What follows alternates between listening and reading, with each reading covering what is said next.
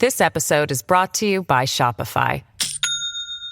Do you have a point of sale system you can trust, or is it a real POS? You need Shopify for retail. From accepting payments to managing inventory, Shopify POS has everything you need to sell in person. Go to shopify.com/system, all lowercase, to take your retail business to the next level today. That's shopify.com/system. This story takes us to the Dar Al-Farooq Islamic Center in Bloomington, Minnesota. Early in the morning of August 5th, 2017, a handful of Muslim congregants have gathered for morning prayers. But the quiet is suddenly disrupted by the loud smash of a window and the bang of an explosion. Luckily, no one is hurt, and within 10 minutes, first responders are on the scene. They quickly discover the cause of the explosion. It's a homemade pipe bomb. Yes, homemade. And 7 months later, law enforcement finally tracked down the group responsible for this bomb. The perpetrators are known as the White Rabbits, and despite being a small group, their acts of terrorism earned them a spot on the FBI's radar. The White Rabbits admit that they targeted the mosque in the hopes of scaring the Muslim community out of the country. But the troubled past of the ringleader leads defense to suggest that the group may not be responsible for their own hateful beliefs. Well, as always on this podcast, the story of the perpetrators and the plight of the victims goes much deeper than a single incident. This is Invisible Hate. Hello everyone, and welcome back to Invisible Hate. I am Saadia Khan. And I'm Asad Butt. Invisible Hate, for those who are joining us for the first time, is a podcast that sheds light on the worst true crimes that are motivated by things like race, religion, or sexual orientation, and are usually perpetrated against minorities. So Asad, how is it going? Saadia, it's going pretty well. Do you know what's happening today? No. Have you heard? On the day of this recording, later on today, I get to meet your husband in person for the first time. Oh my God. And I'm going to meet him before I actually meet you in person for the first time, which is actually pretty funny. So Saadia's husband is going to be in my Portland area later this afternoon, and we've been texting. And, you know, one good thing is Saadia, he doesn't text me in the middle of the night like you do. So yeah, no, I'm very excited. We haven't officially confirmed that it's happening, but hopefully we'll hang out at a coffee shop later today. Oh my gosh, Asad, I really, really hope it happens. I'm nervous. What should I wear? I don't know. I mean, he's a management consultant. He's probably going to be in his suit or whatever. Oh, wow. Oh, so dapper. But he is pretty chill. So you can wear whatever you want, Asad. So I'm going to come in with shorts and a t-shirt and flip-flops, and he's going to be okay. He'll be absolutely okay because that's what he really wants to wear. Oh, nice. He just wants to be an indie podcaster, really, is what he wants to be. Oh my gosh, this is exciting. So that's what I'm excited about this week. And so that'll be exciting. How about you? How are you doing? I'm doing well, Asad. So as you know, I am in Chicago, not really Chicago, Naperville, Illinois, visiting my family. I am going to celebrate Eid with them tomorrow, Eid al-Adha. That's really exciting. And I miss New York. I don't know why. Every time I leave New York, I start missing it right away. I don't know if that happens to you, Asad, when you leave Portland. 100%. Yeah. I mean, it used to happen when I left Boston as well, when I used to live there and would leave. But yeah, no, I totally get that. You know, there's that comfort of home, of familiarity and all that kind of stuff. And yeah, New York, isn't it what do they say? The concrete jungle where dreams are made of? Yeah, you're right. By the way, did you end up listening to What a Creep podcast that we discussed? Oh, no, I haven't. Sorry. I got consumed with another podcast called Scamanda. Have you heard of this one? Oh my gosh, I am obsessed Obsessed. I binged listened to it in a day, at least the first 5 episodes. Yeah, definitely. I just finished it yesterday because the last episode came out yesterday. Yeah, fascinating story for those that don't know. Basically, the gist of it. We're not giving anything away, but this woman who basically made up that she had cancer for like 10 years or whatever, 5 or 10 years, and scammed a bunch of people in her community out of a lot of money. And so it just kind of traces that story of this woman. Yeah, really well done, and definitely check it out. Scamanda. By the way, it's on my list that I curated for Pocket Casts. Oh, One of my favorite podcasts, right? very nice. Yeah, awesome. Maybe that's where maybe you're influencing me, Saadia. I said we should make a podcast like that.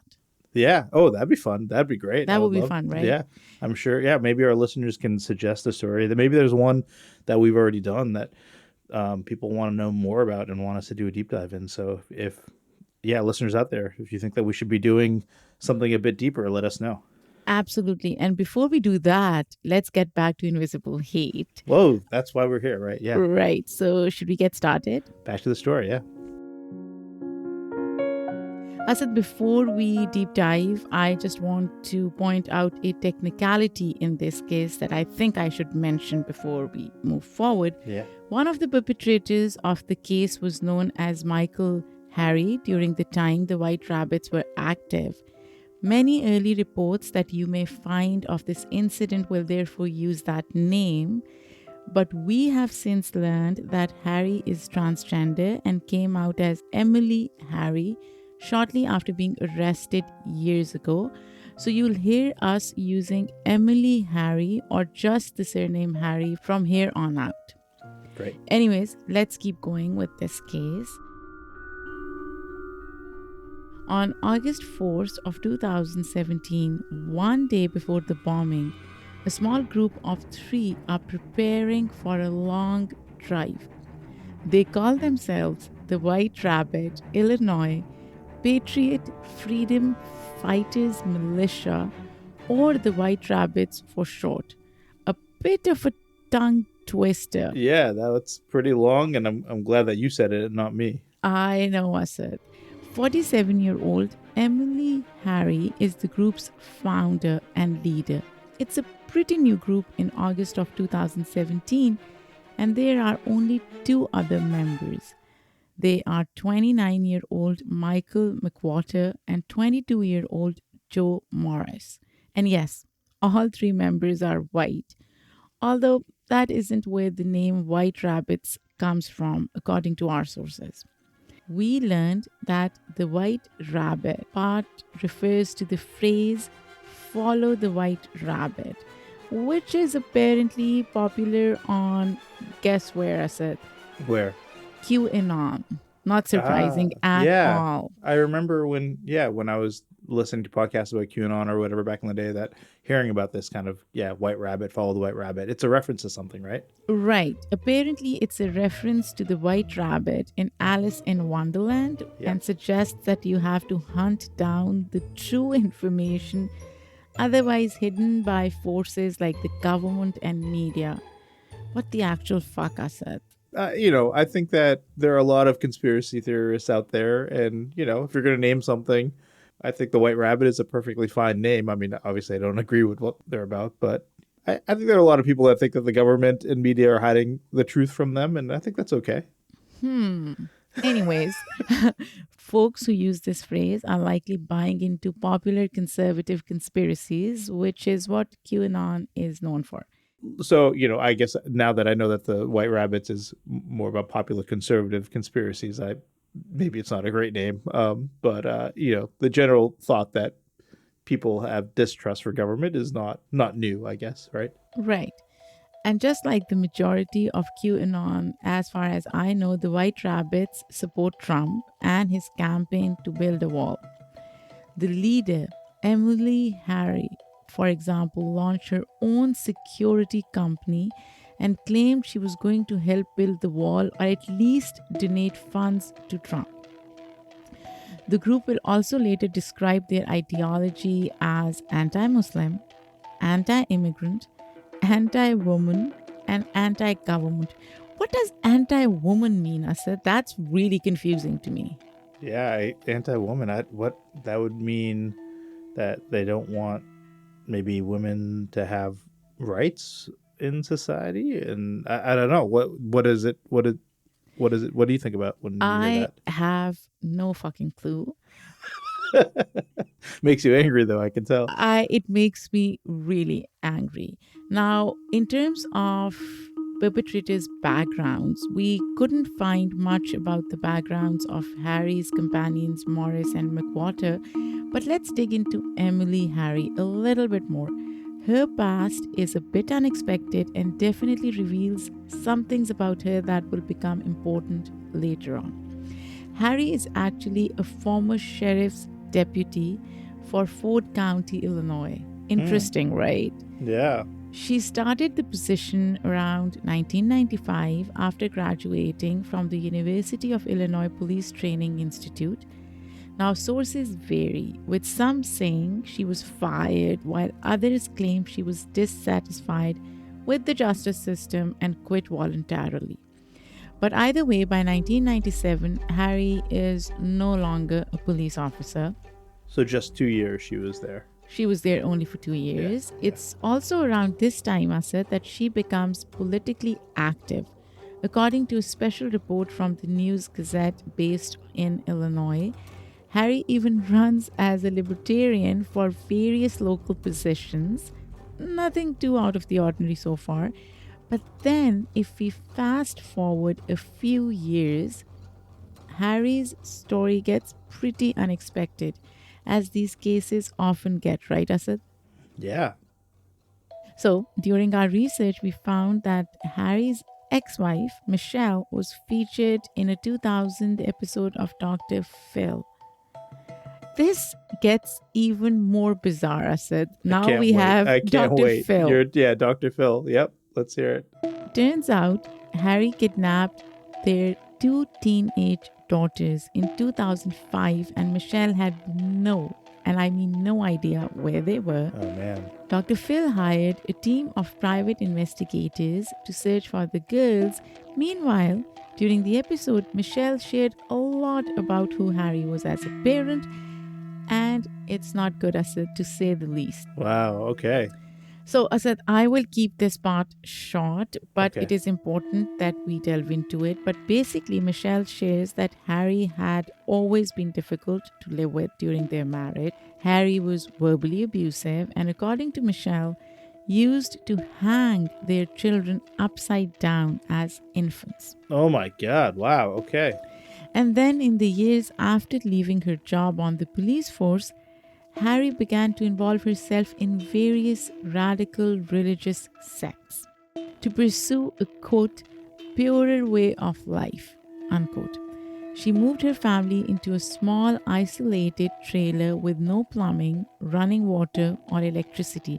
Because I said that's the only way you can really manifest your spirituality. You got to get off the grid. And all of this, of course, led Harry and Michelle to eventually divorce. Good for Michelle. Yeah, and just to confirm, that during this time, that Harry was identifying as a man. Is that right? I think so, Asad. I assume yes. Yeah. If you're interested in that side of Harry's story again, there's a whole Dr. Phil episode on it, and we will share it on our show notes. For now, all you need to know is that the 2 daughters were eventually found in a religious commune, and guess where, Asad? I have no clue. In the jungles of Belize. Oh, wow. Okay. Yep. Harry, though, was charged with only 30 months probation, no jail time, according to the News Gazette. And I don't know why she wasn't. Maybe because she was a police officer at one point and maybe they had some sympathies towards her. I don't know. Yeah, what an interesting story. I never thought that we would be promoting watching an episode of Dr. Phil, and I can't wait to see it now. Right.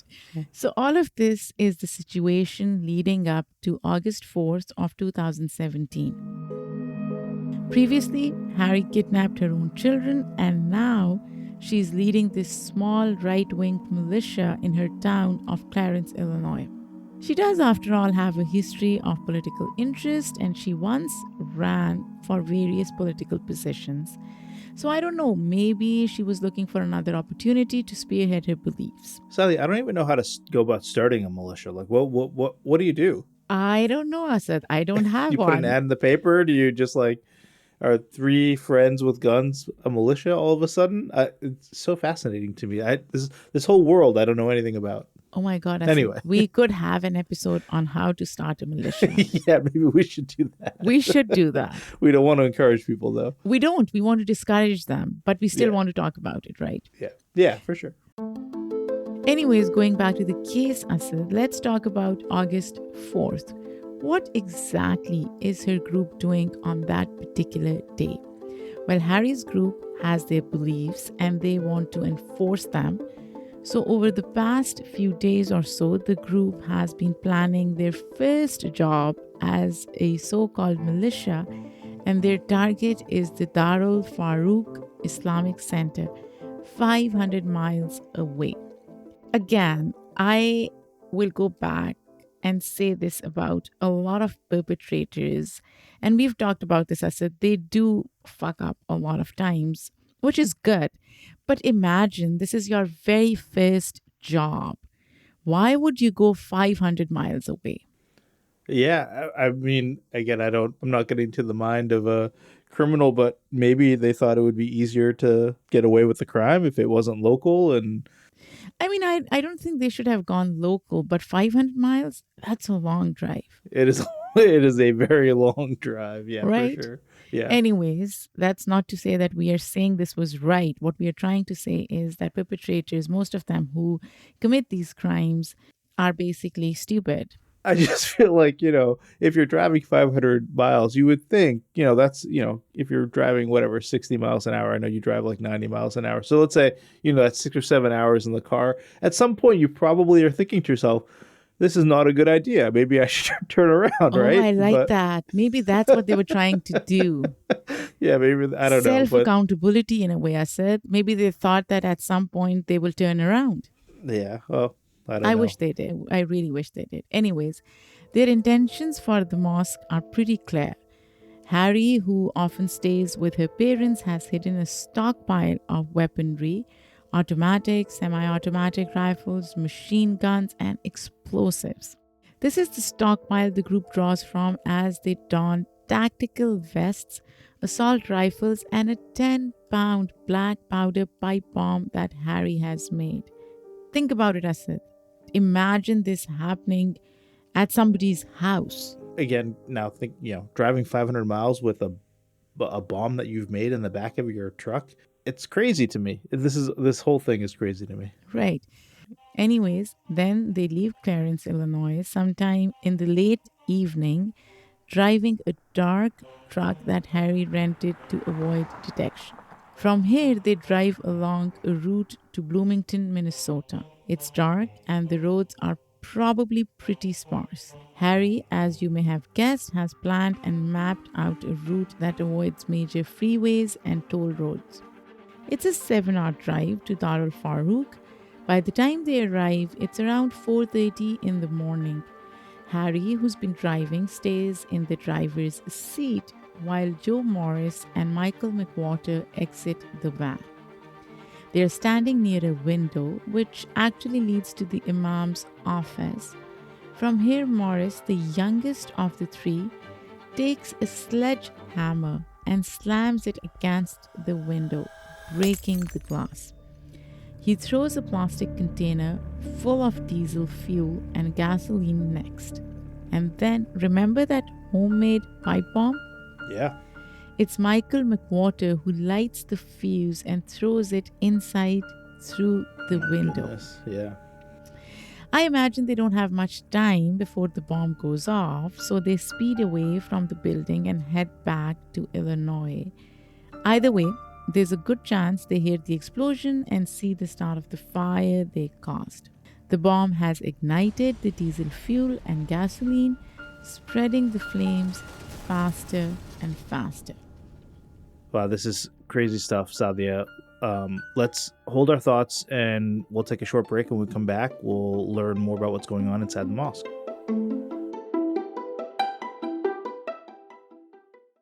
This episode is brought to you by Shopify. Do you have a point of sale system you can trust, or is it a real POS? You need Shopify for retail. From accepting payments to managing inventory, Shopify POS has everything you need to sell in person. Go to shopify.com/system, all lowercase, to take your retail business to the next level today. That's shopify.com/system.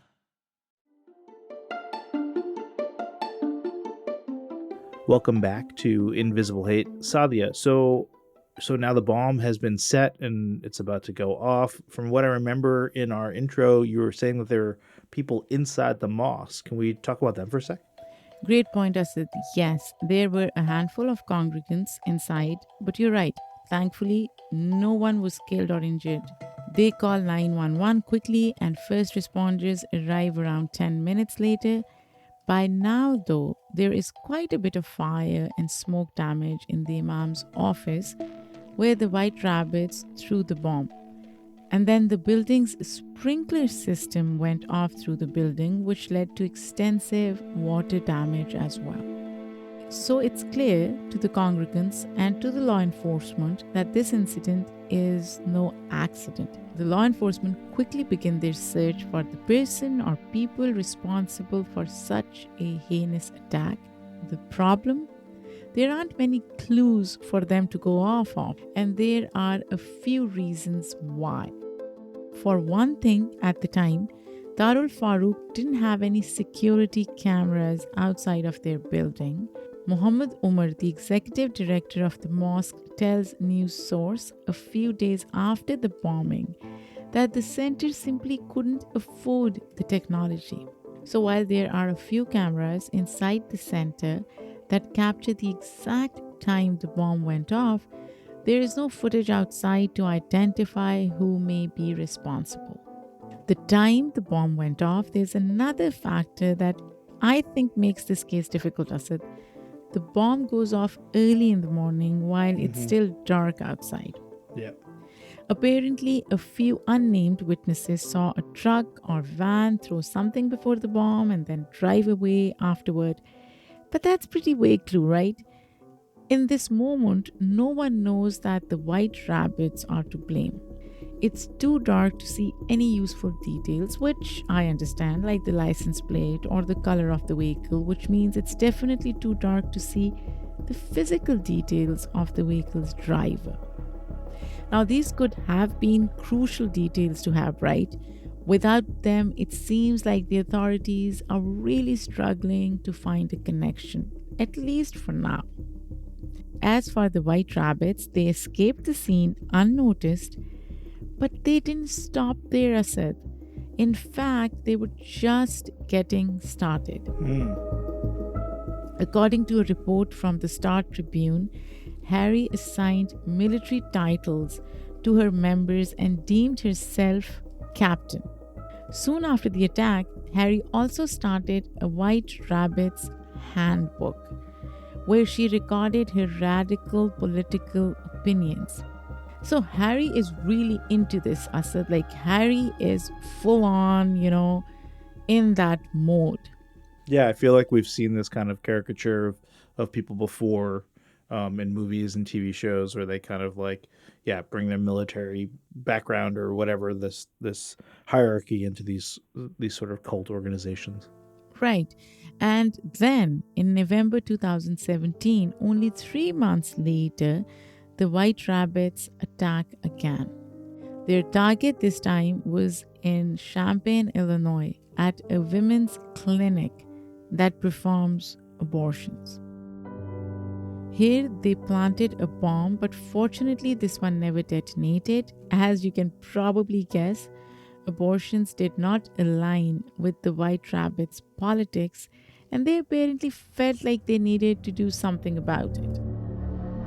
Now, while I imagine authorities certainly knew about the bomb at the women's clinic, they didn't connect this incident to the Dar Al-Farooq bombing at this time. The group once again escaped without notice. Over the next few months, they continued to carry out these acts of domestic terrorism because let's be honest, that's what it is, right? They robbed stores and committed a home invasion, all in the name of funding their terrorism and rebellion. Their plans during this time weren't quite as large and damaging as Dar Al-Farooq, so maybe they were trying to lay low. Who knows, right? But it's clear this group is dangerous. There's really no telling what they would have planned for in the future with all of this weaponry. There are even various accounts of them trying to derail a train, Asad, by Oh my destroying the goodness. tracks. Isn't that crazy and It's scary? wild. Yeah, and it's crazy that I never really heard about this. Like, this is terrorism that's happening on our soil, like in recent years. And like, yeah, maybe I heard a story about this in the news that this happened, but like, this is a big fucking deal, Saadia. And I'm Exactly. swearing kind of like you swear on this podcast for the first time. But like, this is pretty big news that like this small group is placing bombs and wanting to cause all this damage, and they want to derail a train. Like, that is wild. You're absolutely right, Asad. When people often hear the word terrorists, they're often quick to profile Muslims as terrorists, right? Especially Yeah, post for 9 sure. 11. But this is a group of white folks from Illinois committing acts of terrorism against a community of Muslims and then against other people in their own community. And I will share a very important quote here, Asad. Mark Dayton, the governor of Minnesota, pointed that out as well, saying, and I quote, if the roles were reversed, It would be called a terrorist attack, and that's what it is. It's an act of terrorism. 100%. but by comparison, at the time of the bombing, there was some controversy about Trump making no statements about this event. And I'm not surprised, Asad. You would expect the president to know about a crime like this and make a comment on it, but Trump did nothing. It's a double standard. We all know that.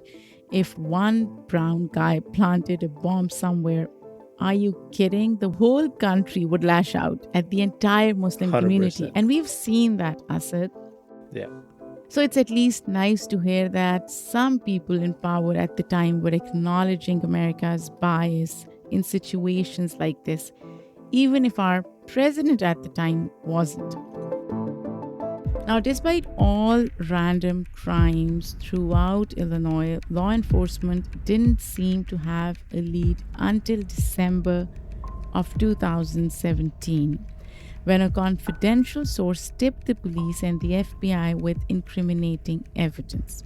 Now, whoever this source is, they somehow obtained photographs of bomb-making materials and semi-automatic rifles inside the home of the parents of Harry. Now, this doesn't mean investigators could arrest Harry right away. Technically, I don't think finding these materials was enough to connect her to the mosque bombing. But remember that Harry kidnapped her own children a decade before and had a history of somewhat erratic behavior during her marriage. She has a criminal record, and investigators most likely knew about it by now. Sadly, I feel like this has happened in cases before. We got someone making an anonymous tip. That's really great. Someone saw that something bad was happening and shared it with law enforcement. Yeah, exactly. So, law enforcement received another tip in January 2018, soon after the first. But this time, we were able to find out who provided the info. According to an article from NPR News, a man that Harry recruited to join the White Rabbits ended up, selling them out. In exchange for $1,000, he identified the members of the White Rabbits and told investigators that he's seen the group with illegal firearms and explosive materials. He also overheard the group talking about throwing a bomb at a mosque, which of course we know to be true. But once again, the three were not yet arrested. And this is so frustrating, Asad. In February of 2018, yet another tip came in. According to a 2018 article from ABC News, this tipster was worried that there were explosives in the back of a property in Clarence owned by a man identified as J.O. Apparently, this J.O. had been buying quote unquote weird chemicals like battery acid and nail polish remover.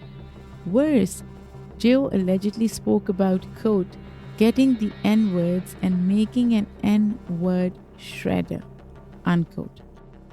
Pretty awful and scary things to say, right, Asad? Yeah, totally. And it seemed like there was a good chance this situation was connected to the Dar Al-Farooq bombings. And I don't know how these two are connected or how people were making those connections, but I'm glad they were able to do that. The chemicals alone were concerning since the pipe bomb in Dar Al-Farooq was homemade.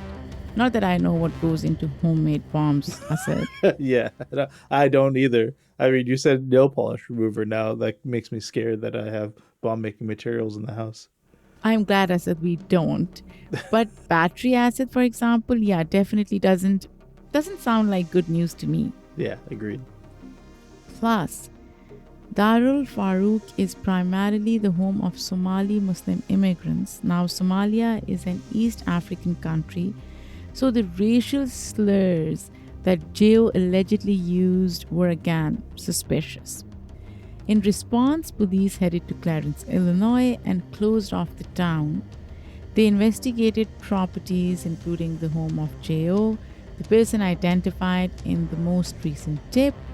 So here, Asad, I thought J.O. was probably part of the White Rabbit group, or he was somehow connected to the bombing, or they would find at least another person connected to the bombing. But no, J.O. was not a White Rabbit, but the White Rabbits were somehow involved.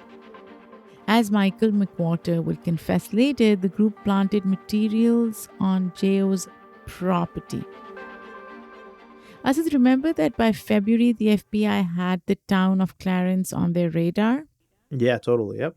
The White Rabbits knew they were being tracked down. And so, get this, they planted these bombs to throw off the trail. Harry was actually the one who gave the tip about the materials on J.O.'s property. Oh, wild. So the accusations about J.O. were all a lie, Asad. Huh. That's wild. That Yeah, is that's really wild, interesting. right? Yeah. So Harry was concocting these stories and conspiring to throw somebody else under the bus, Oh, the bus, yeah. basically. I mean, I get it. Yeah, totally. But the investigators didn't know this for sure at the time. So they were really following that particular lead. Now, on the other hand, the FBI wanted to talk to the three White Rabbits identified in the anonymous tip previously. But the three suspects, McWhorter, Harry, and Morris, disappeared from their homes around this time. So once again, there's no arrest. Days later, on March 4th of 2018, the White Rabbits posted a video on YouTube under the channel name Illinois Patriots. It was Harry, McWhorter, Morris, and another recruit who did not participate in the bombing. All four wear masks that cover everything but their eyes. In the video, you can hear how they are upset with the way that law enforcement has handled the town of Clarence in the aftermath of the bomb. On the 19th of February, the FBI and local authorities showed up. They sealed off the north end of town. They searched a lot of properties with no consent, no warrant, no nothing. And they claimed it was because of some kind of bomb scare. And we're asking for militia support to come and help us. You know, all of our liberties are on the line. If they can come into a town like ours and just... And I'm thinking, Asad, this is so ironic. What the fuck are they trying to do here? They don't want to be public. They don't want to be caught, and yet they make a YouTube video. Fascinating. Right. And what's even more ironic is that they are upset with their liberties being taken away, even though they are literal terrorists actively trying to take away other people's rights and their lives. Yeah, it's wild. Right? Yeah. It just shows how illogical these groups often are. Totally. Anyways, the rest of America saw this video too, as clips circulated on the news. By this time, the media, the FBI, and the local police were fairly certain of the identities in the video and their connection to the bombings. And sure enough, after 6 more days of investigations and questioning, law enforcement finally interviewed Michael McWhorter on March 10th of 2018. And guess what? He confessed everything, Asad, everything. Oh, wow. That's great. So by March 13th of 2018, the White Rabbits were arrested for illegal possession of machine guns and conspiracy to interfere with commerce through threats and violence. Most likely, this referred to their armed robberies throughout Illinois and the guns found in their homes. And though they were not yet charged for Dar Al-Farooq, they were the primary suspects. And with time, yes, don't worry, they were officially connected to Dar Al-Farooq and additionally charged with federal civil rights violations. In this case, it was officially ruled a hate crime. With a long list of both state and federal charges, the White Rabbits were officially sentenced in 2022. Harry was sentenced to 53 years in prison. Michael McWhorter, who lit and threw the pipe bomb, was given about 16. And Joe Morris, who initially broke the window and threw in a container of gasoline, received 14 years. The other 2 White Rabbits who joined later were also charged and sentenced for their roles in other conspiracies and crimes. They received much lighter sentences of about 4 to 5 years. Asad, this is an extremely important point because Harry got 53 years, and I think it's because intent matters, right? So he is the group leader, he is the one who's basically organizing everything. It's his ideology, and hence he gets the most years. Yeah, that really surprised me. It was more than 3 times the next one of McWhorter. And so I'm surprised that he got such a longer sentence compared to the other 2 main ones that were there. I would have expected the other 2 to have longer sentences, I guess is what my mind goes to. This is very interesting, Asad. Harry gets 53 years in prison, and I can understand why, because Harry was the ringleader and had convinced others to join his far-right militia. And to be fair, of the 3 White Rabbits who bombed Dar Al-Farooq, Morris and McWhorter were much more cooperative in the litigation process as well, and maybe that's why their sentences were not as bad as Harry's. Yeah, no, I don't disagree. I think that it's, for me, all 3 of them are terrorists, and you throw the book at terrorists, and that we've seen that happen to people in our community, right? For me, it's just surprising that the second 2 didn't have longer sentences. I would have expected them to get a lot more for throwing a pipe bomb, into a religious facility. You're right, but I really want our listeners to think about how people perceive leaders versus followers, right? So people who are followers, who are instructed to do something so heinous and so terrible, are they or should they be prosecuted the same way as leaders whose vision they are following? I would say in this case, yes. Yeah. But I recognize that that's a big difference for sure.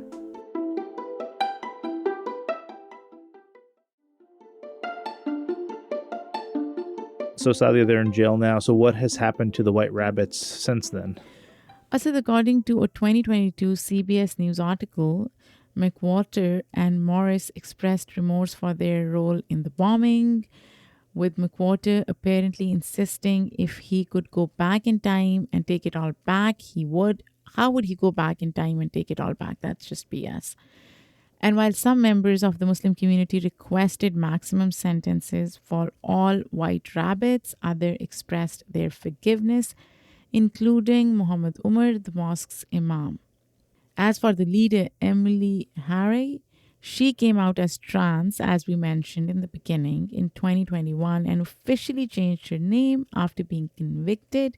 But here's where that gets problematic in this case, Asad. Her attorney, Shannon Elkins, argued that Harry's gender dysphoria played an indirect role in her violent actions. Interesting. Elkins told the court that Harry, quote, strongly desired making a full transition but knew she would be ostracized from everyone and everything she knew, end quote. Therefore, Elkin goes on to claim that Harry struggles with dysphoria combined with online misinformation and Islamophobia led Harry to attack Dar Al-Farooq. I honestly cannot make this comparison. I don't know how the attorney is doing that. And honestly, Asad, to me, this can be dangerous to start associating gender dysphoria with violence. Making those associations can be extremely, extremely harmful for different minority groups, including the transgender community. Yeah, I 100% agree with you on this, and yeah, I understand where his lawyers and legal team would make that argument, but it's just such a is the right word, specious argument. Just like there's so many holes in it, and it just doesn't make to me, it's not a strong argument in any way, shape, or form. You're absolutely right. And prosecutors did not buy it. Prosecutors said basically that gender dysphoria was no excuse. It's a bit unexpected, right? I mean, on the one hand, Harry is a trans woman and yet described herself as pro-Trump and anti-woman. It really doesn't sit well with me, Asad. Yeah, no, I don't disagree with that. Yeah. You know what's unfortunate, Asad, is that time and again in this country, we see how people's politics often goes against their own greater good. And this is an example of that. So, as far as Harry is concerned, I am not sure if she ever expressed regret for her actions. In an NPR article from 2021, Harry allegedly called the victims' statements from the bombing heartbreaking and said, and I quote, "I want to wish them God's richest blessings in Jesus Christ," end quote. Not to offend anybody, I really don't know what this means. Seems like a little bit of shade that she's throwing, for sure. Okay, maybe, but I didn't get the shade, so I don't know. Harry has since struggled in prison as a trans woman, according to an article from the Ford Country Chronicle. She was first housed in a high-security all-male prison where inmates and guards yelled at her, sexually harassed her, and constantly made inappropriate comments. She was also denied access to her hormone treatments. The most recent news on her situation suggests that she has since been moved to a male and female prison after her appeal to the courts. I think that's great, Saadia. I think that she obviously needs to get the support that she needs to figure out what's going on with her, and hopefully that and not be yelled at and harassed by the guards and inmates in the other jail. So I think this is great. You're right, Asad. In terms of the intent behind the White Rabbit's hate crime, which has already been established, it was a hate crime. The group will later claim that they were trying to scare the Muslim community out of the country, not kill or harm anyone. Really? I mean, throwing a bomb at them. And to claim that they didn't mean to harm or kill them is such a BS. Yeah, there's no doubt about it. I mean, there are a lot of other ways that you could scare people that doesn't involve a pipe bomb. Not that I want anybody to scare anybody, but right. Yeah, it's just a ridiculous notion to think that they weren't out to kill or harm anybody. Just absolutely ridiculous. And Asad, imagine at the time, they did not know whether or not there were people or congregants inside Dar Al-Farooq, right, at the time of bombing. For sure. Totally. How would they ensure that nobody died or was hurt? Yeah, agreed. And, I know people that spend the nights in mosques and whatnot, and Imams will get there at 4 o'clock, 5 o'clock in the morning if there's early morning prayers that are happening at 5 or 6 o'clock. So yeah, it's 100%. That's ridiculous for them to claim that they were not there to kill or harm anybody. Exactly. And Asad, I want to talk a little bit about Dar Al-Farooq as well. Luckily, the institute was able to heal after the attack. The center started a GoFundMe page to help them repair the damage. According to their GoFundMe site, the center raised $99,000, which actually put them above their goal of $95,000. That's awesome. And I'm so glad they were able to do that. And even though this is great news, we can't forget that this is no isolated incident, right, Asad? In an interview with local news source KARE11, the Imam of the mosque, Muhammad Umar, points out that the bombing happened alongside daily microaggressions. Yeah.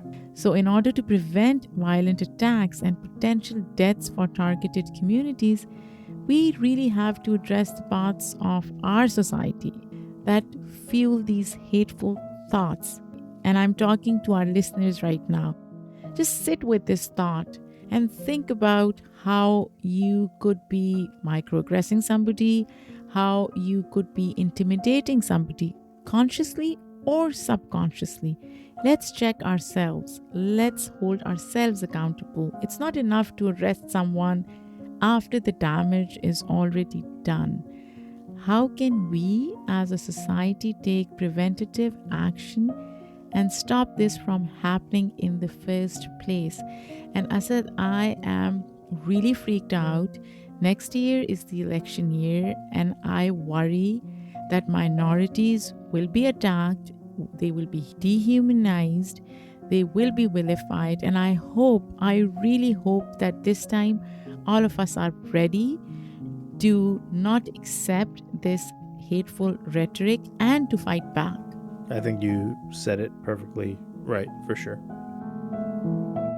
Also, I want to point out that even though many congregants left the mosque in fear of Islamophobia, the center is still the largest mosque in Minnesota. At the very least, the community has not fizzled out and allowed this event to hamper their faith, not just in their community, but in America. It's also important to remember it's not just a mosque. This is a community center and a charter school. So you can imagine the hundreds of people, young and old, that this center sees daily. It's a place for comfort and communion. So more than anything, let's hope that the members are still able to achieve that despite the anxieties that they may still have due to the incident. As always, thank you all for tuning in to Invisible Hate. If you want to learn more, check out links in the show notes about the case.